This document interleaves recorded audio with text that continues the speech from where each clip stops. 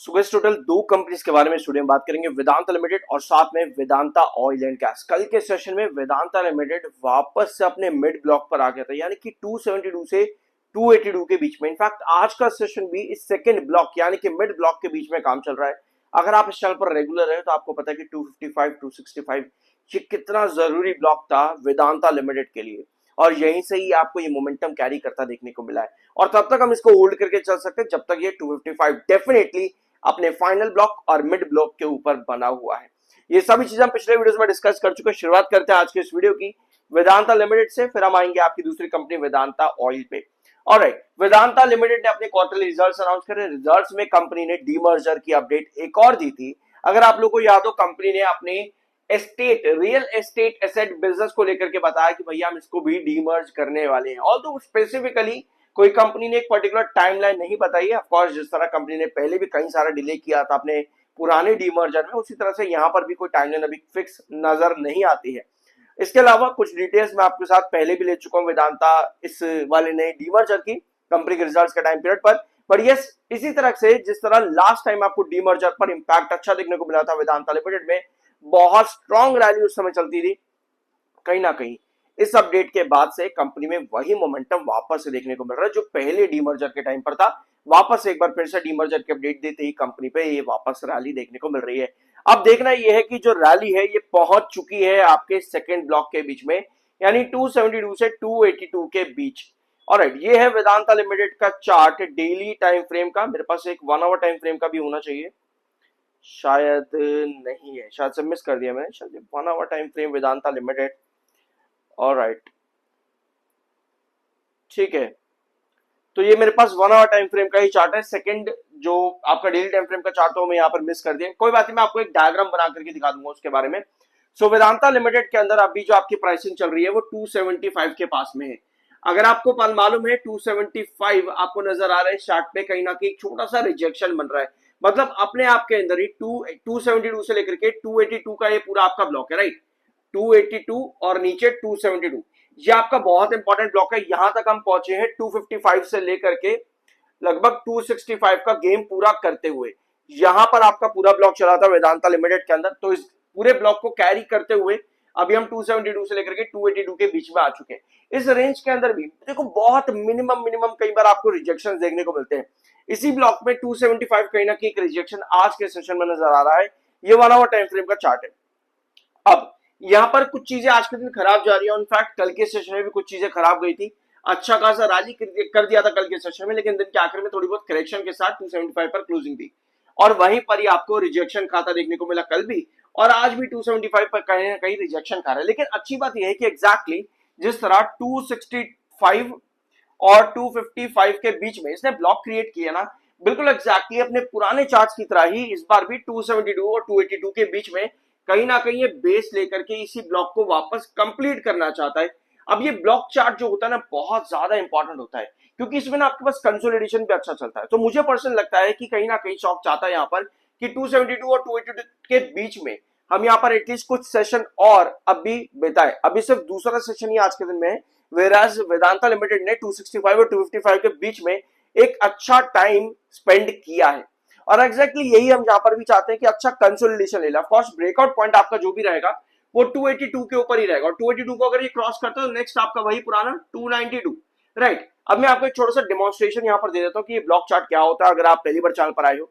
देखो वेदांता लिमिटेड में आपको गिरावट कुछ इस तरीके से देखने को मिली थी, ठीक है, इस तरीके से आपकी गिरावट थी, और इसी तरीके से आपका यहाँ पर अब ब्रेकआउट भी चल रहा है कहीं ना कहीं, ठीक है। यानी कि अगर ब्रेकआउट मिलेगा तो आप वापस से 292 और लगभग 298 इस ब्लॉक के अंदर आते हो। यहाँ पर 280 272 और 282 का ब्लॉक था, यही वाला ब्लॉक, सेम ब्लॉक, और ये आपका 265 से लेकर के 255 का ब्लॉक। दैट मींस कि अगर हम इस वाले 282 272 के ब्लॉक को सिमिलर तरीके से कंसोलिडेट करके अगर ब्रेकआउट के लिए जाते हैं तो नेक्स्ट ब्लॉक हमारा 292 से 298 के बीच में बनता है वेदांता लिमिटेड में। ऑलराइट, तो मुझे पर्सनली लगता है कि ये बहुत ज्यादा इंपॉर्टेंट रहेगा इस बार भी कंसोलिडेशन कैरी करना 275 से 280 272 से लेकर के 282 के बीच में। जितना स्ट्रॉन्ग ये कंसोलिडेशन इस ब्लॉक के अंदर चलता है उतना ही ज्यादा स्ट्रॉन्ग ब्रेकआउट्स की पॉसिबिलिटी भी नजर आती है। बट यस, हम लोगों ने यही सोच करके 255 के पास में एक लॉन्ग टर्म एंट्री करी थी कि यहीं से ही ऊपर अगर चढ़ता चला जाता है तो डेफिनेटली हम इसको होल्ड करके रखेंगे। कोई भी फॉल बिलो 255 वही हमको इंडिकेट करता है कि अभी हमको फिर से एग्जिट कर देना चाहिए। यानी कि जो अभी हमने डिसीजन लिया था, आज से लगभग 1 महीना हो चुका है मेरे ख्याल में, 1 महीने या 2-3 हफ्ते हो चुके होंगे, 255 पर जो हमने ये डिसीजन लेकर के लिया था कि हम लॉन्ग टर्म से यहीं पर एंट्री कर रहे हैं, क्योंकि ये पुराने चार्ट्स पर, इनफैक्ट 2024 के चार्ट्स पर ये बहुत ज्यादा इंपॉर्टेंट बेस रहा था आपका पहले भी, और इस बार भी वही यही प्राइस आपका बहुत इंपॉर्टेंट बेस रहा वेदांता लिमिटेड के अंदर। तो यही सोच करके हमने यहाँ पर लॉन्ग टर्म एंट्री करी कि यहां से वापस अगर आपको पॉसिबिलिटी अच्छी मिलती है तो जब तक 255 के ऊपर रहेगा हम आराम से होल्ड करके चल सकते हैं। तो अब हमारे पास 282 के प्राइसेस कल के दिन आए और 272 हम इस ब्लॉक के अंदर है, जो कि इंडिकेट करता है कि यस हमारा डिसीजन बिल्कुल सही था। और जब तक इस प्राइसिंग के ऊपर है, यानी कि सबसे नीचे वाले ब्लॉक के ऊपर है, तब तक हम आराम से अपनी होल्डिंग बना करके चल सकते हैं। ये सारी चीजें चार्ट्स आपको इंडिकेट कर रहे हैं। सब्सक्राइब जरूर कर देना अगर अभी तक नहीं किया है तो। ऑलराइट, अब आते हैं आपकी दूसरी company Vedanta oil and gas पे। एक बार चीज यहां पर देख लो, वेदांता लिमिटेड से रिलेटेड कंपनी का रिजल्ट्स बहुत बढ़िया था, मार्जिन्स भी कंपनी के बड़े थे, कंपनी का एनुअल ग्रोथ भी इंप्रूव हुआ था बोथ रिवेन्यू एंड प्रॉफिट्स के अंदर। तो रिजल्ट्स कंपनी के काफी बढ़िया थे। टेक्निकली 76.5 पर एमएफआई आ चुका है, 49.9 पर आपका आरएससी आ चुका है। सो यहां खत्म हो जाता है आपका वेदांता लिमिटेड। अब हम आते हैं आपकी दूसरी company Vedanta oil and gas पे, और ये है कुछ अपडेट्स कंपनी के रिसेंटली जो कंपनी ने अपने एजीएम के अंदर प्रोवाइड करी थी वेदांता ऑयल एंड गैस के रिगार्डिंग। कंपनी का प्लान है कि आने वाले लगभग 5 सालों में हम $5 बिलियन तक का इन्वेस्टमेंट करेंगे ऑयल एंड गैस बिजनेस में। ये कंपनी का प्लान है, जो कि काफी ज्यादा बड़ा है। कंपनी का कहना है जिंक लेड के प्रोडक्शन पर भी हम अपनी कैपेसिटीज बढ़ाएंगे। 3 मिलियन टन तक अपनी कैपेसिटी कंपनी बढ़ाना चाहती है आने वाले 5 साल, यानी कि 2031 तक। तो कंपनी के प्लान्स बहुत बड़े, और कंपनी चाहती है कि इस बिजनेस को हम लार्जेस्ट बिजनेस बनाएं अपने सभी सेक्टर्स में, जो कि बहुत अच्छी बात है। लेकिन ये सभी ना फ्यूचर प्लान है। वेदांता ऑयल एंड गैस या फिर वेदांता एल्यूमिनियम, अगर आप लोगों ने इस पूरी अपडेट को यहां पर पढ़ा होगा तो आपको मालूम है कि ये सभी कंपनी के फ्यूचर प्लान्स है। Alright, Vedanta oil and gas में $5 बिलियन, और वेदांता एल्यूमिनियम में भी कंपनी चाहती है कि हम अपना एक्सपेंशन बड़ा करें। यहां पर ये वेदांता एल्यूमिनियम से रिलेटेड आपको अपडेट दिख जाएगी। Plans to double aluminium production, 6 million tonne तक कंपनी अपनी कैपेसिटी लेकर के जाना चाहती है आने वाले 3 सालों में। स्टील बिजनेस को लेकर भी कंपनी अपना एक्सपेंशन प्लान बता रही है 4 मिलियन टन से लेकर के 15 मिलियन टन एनुअल बेसिस पर। तो कंपनी के बिजनेस प्लान अपनी सभी डीमर्ज एंटिटी और बिजनेसेस को लेकर के काफी ज्यादा हाई है।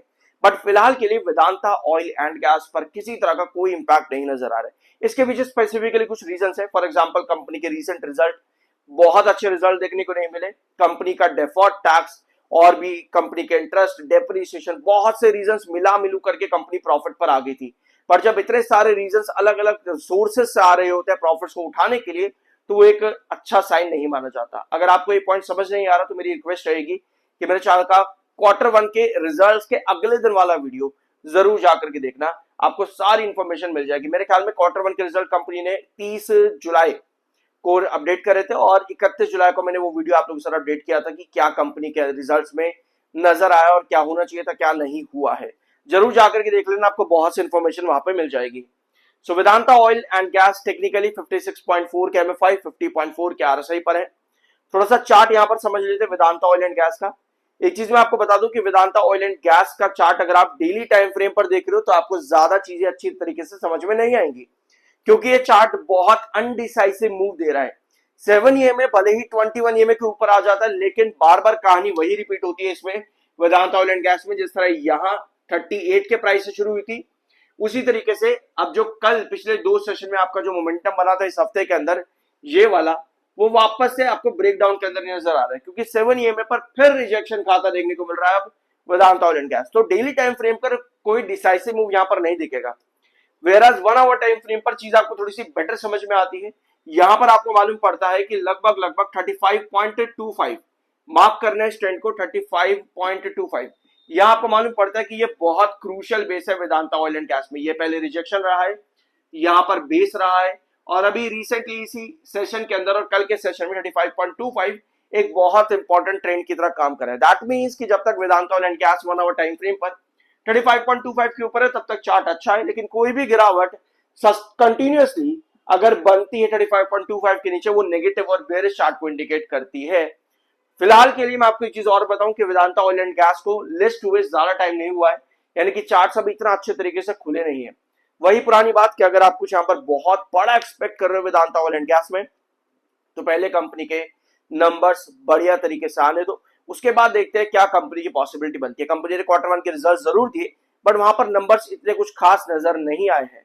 प्लीज जाकर के नंबर्स को डिटेल में जाकर के सर्च करना कि कंपनी में क्या दिक्कतें थी, कंपनी ने क्या चीजें मिस करी है यहाँ पर इन क्वार्टर रिजल्ट्स में। डेफिनेटली कंपनी लॉन्ग टर्म के लिए अच्छी नजर आती है, रीजन यही है कि वेदांता का नाम जुड़ा हुआ है। बट सेपरेटली अगर आप देखोगे कंपनी को अपना बिजनेस जो कंपनी बता रही है अपने फ्यूचर के बारे में, कितनी कैपेसिटी, इतना प्रोडक्शन हम लेकर आना चाहते हैं, इतना इन्वेस्टमेंट हम करना चाहते हैं, उसके लिए कंपनी को ये नंबर्स शो भी करने पड़ेंगे धीरे धीरे करके हर क्वार्टर्स में, ताकि चार्ट्स पर भी उस तरह का इंपैक्ट देखने को मिले। फिलहाल के लिए डेली टाइम फ्रेम पर चार्ट बहुत ज्यादा अनसर्टेन है। 1 आवर टाइम फ्रेम पर मैंने आपको ट्रेंड बता दिया, जब तक पर्टिकुलर ट्रेंड के ऊपर रहता है चार्ट्स अच्छे दिख रहे हैं। बट यस, अनसर्टेनिटी रहेगी क्योंकि नई लिस्टेड कंपनी है, ज्यादा टाइम कंपनी को हुए अभी लिस्ट हुए नहीं हुआ है, तो ऐसे में थोड़ा सा टाइम देना जरूरी है। बाकी देखते हैं आगे क्या पॉसिबिलिटीज नजर आएंगी। तो वीडियो को एंड करते हैं, कुछ नया जानने को मिला और सब्सक्राइब करना। मिलता अगले वीडियो में।